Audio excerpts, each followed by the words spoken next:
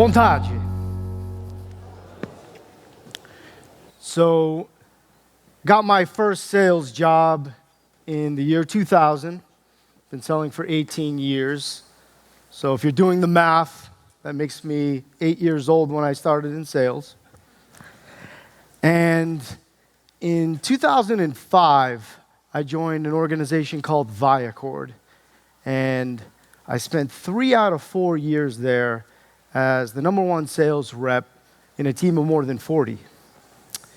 And after several years of success, both in sales and sales management there, I moved to another organization where I heard the reps were making 3 or 4 times as much in commissions. And that next opportunity, a company named Fusion, I went there for 2.5 years where I worked twice as hard, struggled for 2.5 years until I was unceremoniously fired for poor performance. Fast forward to 2012, I joined the team at HubSpot, where in my 3 years with HubSpot, I received 3 promotions for solid performance and spent several months as the top performer in a sales team of more than 100. What was the difference? How could I possibly have done so well in the first job and the last job and so devastatingly horrible in the middle one? The first job and HubSpot brought me in, said, we are going to train you, Matt. We're going to give you great coaching, and we're going to work you through a systematic process of how to engage with leads and opportunities to move them through a process to buy. Middle job said, we hire top people because we expect you to know how to sell. Go get results. Middle job focused on the results, not the inputs. And as this old guy is telling us here, who looks like he's going to roll up his newspaper and hit us, engineers and smart business people everywhere should not be looking at the scoreboard, but what gets you to score the goals.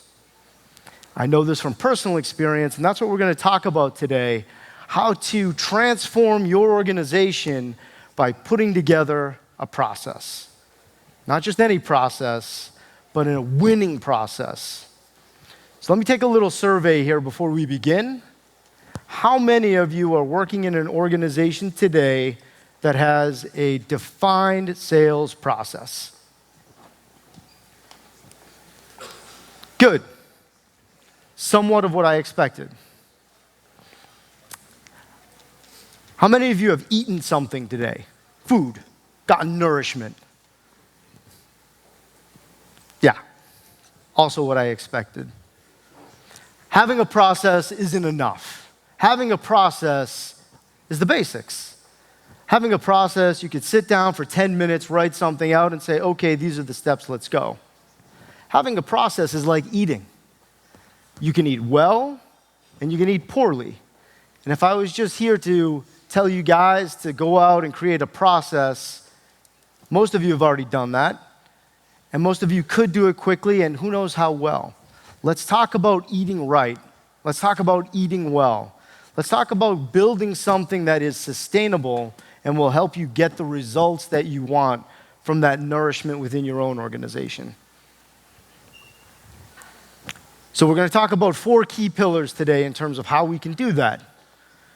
We're going to define specifically what a sales process is, why you should have it, incrementally how you can build that over time, and even more importantly, how you can iterate and improve on that sales process over time, because trust me, you will never be done with this.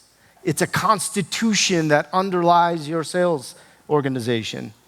It's a living, breathing document that if you are not constantly looking at and working on, it will get old and it will fail over time. So we always need to be maintaining it. Step 1, what are we talking about? Let's get on the same page first and make sure we're sharing a definition. Sales process, systematic steps that are teachable, learnable, repeatable, and they work for both parties. They take into account your customers, they take into account your sales team, and blend it together to make sure that you have clearly defined steps to follow to maximize sales results. It's an engine.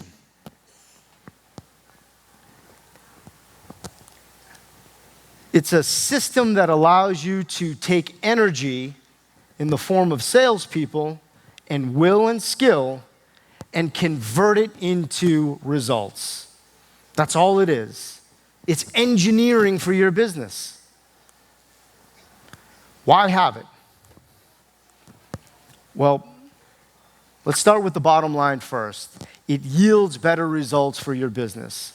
Harvard tells us in their studies that businesses who have an outlined sales process do better, significantly better on the bottom line because they are more efficient. Businesses who have a detailed sales process allow you to stay in your customer's world. It puts together a systematic way for you and your people to work in the best interest of your customer. Most of us who are enjoying a sales career now understand that we need to communicate in the language of our buyer. The process has shifted dramatically from salesperson control to buyer control. And if we are going to manage that shift, we have to understand the world of our buyers. And step one, and when we get into building this process, we need to take into account that our buyer's world is the lens to which we need to view our entire sales team, sales process. The process that we outline step by step allows us to do that. It allows us to systematically spread the knowledge throughout our organization that our buyer's world is our world. And we move to the context of that when we're selling. A sales process also allows scalability in the form of knowledge sharing. Process, as we talked about earlier today when we had Felipe Neff and Thiago Faria with me on stage, is the underlying system that we put in place for sales leadership and management. It's allowing us to take specific action items, outline them on paper, and pass them through training and coaching to the rest of our team. It allows us to share knowledge from one person to another. We can't do that with hard work. We can't just say, work harder to get your number and we're all going to succeed. It's not scalable. It's broken. We can't do what that middle business did when I joined up there. Just go sell, be charismatic, get people to like you. It's not scalable. It's not something we can teach. Jogo de cintura is hard. You can't have people just walk into an organization and go say, move your hips and get some sales. Doesn't work that way.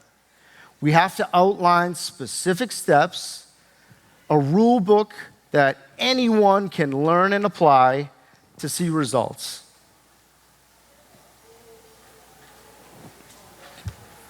Critically, it allows you for best-in-class coaching. Coaching, if you are in a leadership role and managing a group of salespeople, is far and away the most valuable use of your ongoing relationship with your team. And a sales process allows you to take that engine, those series of steps that you've built together for your business, pull them apart, and identify specifically what you can help with an individual, one piece, one person, one conversation at a time. It gives you visibility. It gives you clarity. It allows you to move the needle forward little by little as you're coaching with your people. And when we look at the situation and the system top down within our organizations, it allows us to see what's leaking. We build a process to move potential customers into opportunities, into ultimately customers and revenue. What's working and what isn't? If we have a system and we have components, we can then look into that system and look at those components individually to see what's working, what isn't, what's broken in my entire organization, what do I need to keep that's working well, and where do I need to spend my energy and my focus and how. It allows us to look at our businesses like engineers or doctors, diagnosticians. We have to run diagnostics on our people, on our process, on our culture, on our entire business. Without a sales process underpinning our sales organization, we're just guessing. We can't see anything. We don't know where to begin. Recently at Rock Content, I sat down, and I advise everyone here to do this. I sat down and I wrote down on paper what's every individual element that a sales rep can work on to get better results. The number? 37. There were 37 smaller components to what we were doing, from our workday and our organization and our scheduling and the work ethic and activity that we were working on, to each individual step of our conversations with potential clients, all the way through referral asking. Everything that we were doing was pulled apart and looked at, and I identified 37 different elements. With those 37, we now have a test. Just like a doctor would look at 37 or 40 or 100 different things to test on, now we can test our systems and our people to see which of these elements they're doing well and which are a little unhealthy. What needs a dose of medicine? Where can we spend our time? Good homework for everyone is to take some time to find out what the elements of your sales process are. So in the final analysis, sales process allows you to maximize wins. It allows you scalability. It allows you diagnostics. It gives you visibility. It allows you to manage a system predictably rather than just guessing. It allows you to look at a series of data that is predictable and has history to make your judgments based on numbers, not guesswork. So now the fun begins. We understand what a process is and why we should have it, what those end game wins are. How do you go about building it? Step one, we need to start with the client's world. We need to understand who our customer is. We need to understand their buying process and their decision-making process, two different things. Decision-making process is individual, buying process is business. And we need to look at the situation through their eyes first. Step one always starts with your buyer's journey. How do they move through that process? And then we layer that with what we need to accomplish as a business. How do we take our buyer's decision-making process and then look at our sales funnel? Where do leads and prospects come from? How do we move through those conversations? How do we move people along to get the ultimate wins that we want, which is a new client and revenue? And then smush them together. Understand what our customers need, how they make their decisions, what they look for through each step of the conversation, how we can manage our people internally with our own internal processes, inbound marketing, outbound marketing, referrals, using email, using CRM. And then we put them together, we have finally a productive, scalable, measurable conversation back and forth between sales and prospect. One of the first pieces of advice Mark Roberge gave me before I moved on from HubSpot and joined Rock Content is use the language of your buyer in your sales process. Powerful advice. It reframes the conversation internally to always keep your customer in the front of mind of your salespeople, where it needs to be, where it always has to be to perform at a high level.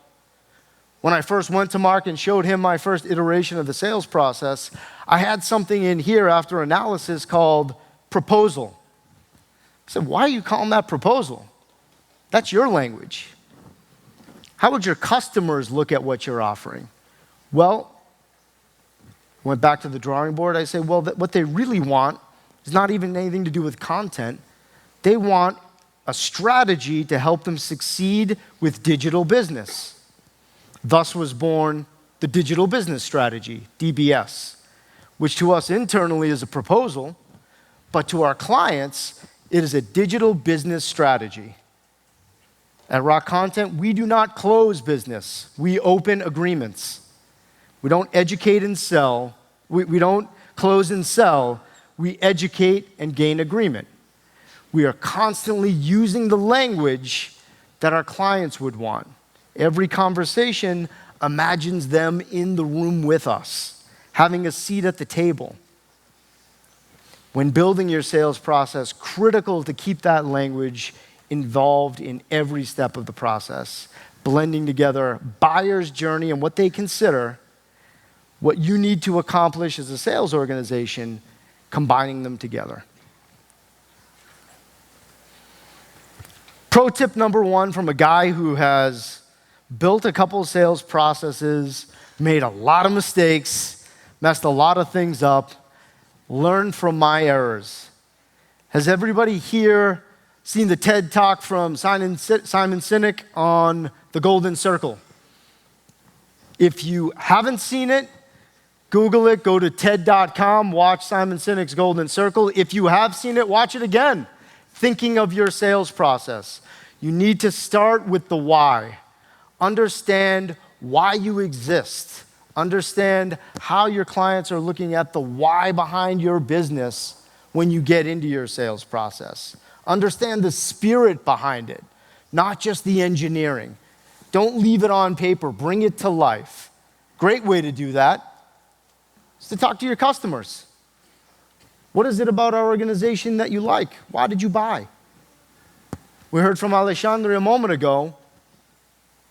Clients buy because they enjoy that relationship and that experience from sales. They don't care about price. They don't even really care about your product. I say all the time in my business, if watermelons got business results, we'd be Rock Watermelon. We just happen to get business results from content, so we're Rock Content. Understand why your business exists. Pro tip number 2, break down your process into as little pieces as possible, as many little components as you possibly can.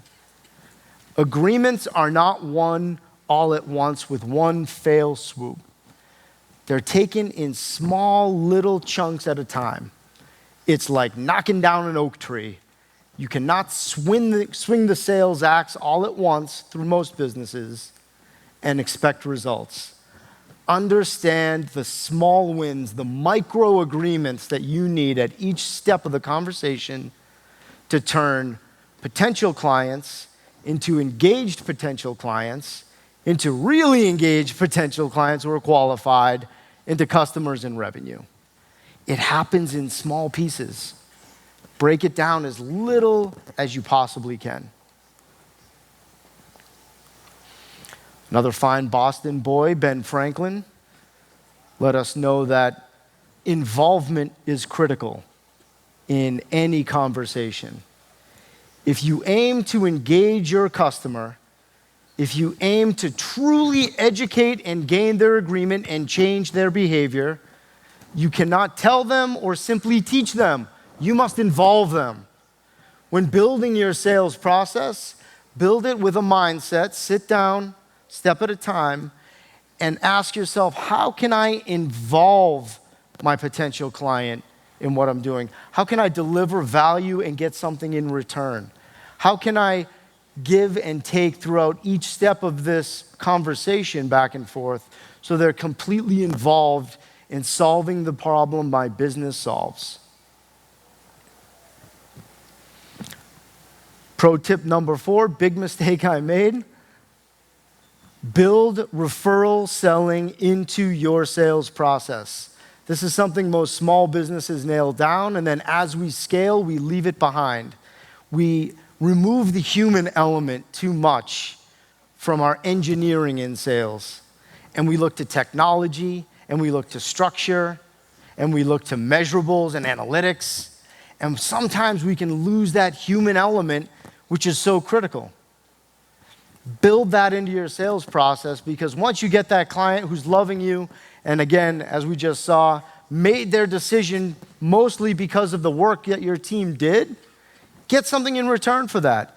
It will help start the flywheel in your organization and squeeze as much juice out of that sales berry as you possibly can. Don't make the same mistake that I made. This is the ghost of Christmas future who's talking to you right now. Build these 4 steps. Take them into account when you're building your sales process. So now you're going to have your process. Everyone's going to go home from here, work on it, build it, implement it. Now what? As we talked about a moment ago, it's not enough. You're not going to get everything right the first time. And even if you do get it right the first time, the tide of your business will change. You're going to grow. You're going to move into new markets. The environment that you sell in will change even if you haven't. The system that you lay down today will not live forever untouched and be equally or more effective. You need to work on it. So where does it begin? Begins with a fundamental understanding of the basics. Alexandre just talked a lot about what he looks for in people. Oddly enough, maybe not oddly enough, those are a lot of the same criteria I look for. There's a cardinal rule in sales. Start with the sales principles. Skill plus will equal results. Skill, practice. Alexandre talked about education. People willing and wanting and needing to learn on their own. Working on their craft. Combining that with hard work, dedication, putting in the sweat equity that they need to do to perform will equal results. Start with your principles, whatever they are, whatever that equation is for your business. This is ours at Rock. Understand what the principles are of what you need to accomplish to get the most out of your team. And then start with one of these. A whiteboard, blank. Not with numbers, not with KPIs, not with specific measurables, but on this whiteboard, I ask each of you to ask yourselves the questions that you feel you need answered from your sales team. What do you need to know through every step and every component of that conversation? It's different for everybody, which is why this screen is empty. It's blank for a reason. It's incumbent on each and every one of you to fill it. Again, not with the process itself, not with the numbers, with the questions that are to the heart of what you need to know through each and every individual step to see results. And part of those are measurables. Part of those are the numbers and statistics that you need to look at to run your business like a machine. This is one of our dashboards, pulled it from our CRM HubSpot. One of the key factors that we need to measure at the top of that skill plus will idea is activity. Have the infrastructure in place and the technology in place to understand if you have a larger team that's scalable, what do you need to see for activity? Here what you're seeing is calls, emails, meeting held. These are the 3 critical activities that we measure at Rock to see, are people sweating enough? Do they have that will part of the equation that they're working on? Are they putting the effort numbers-wise into staying busy enough and filling the top of their funnel and moving enough people through to get those results? We need those measurables to see what's working. If it's an individual that's failing, then that's a coaching moment. If it's a group that's failing, well, then we need to take a closer look to see, is it the system that's broken? Is it the process that needs work? It's the first signal that allows us to look deeper into our own diagnostics. Sometimes the systems are not enough, and technology is not always the best decision, especially here in Brazil. Sometimes people are less expensive than a system that we would buy from the US. I have a great sales ops person. She runs numbers for me all the time. She spins up reports every day, and she does it customized. This is a view of a daily report customized for Rock.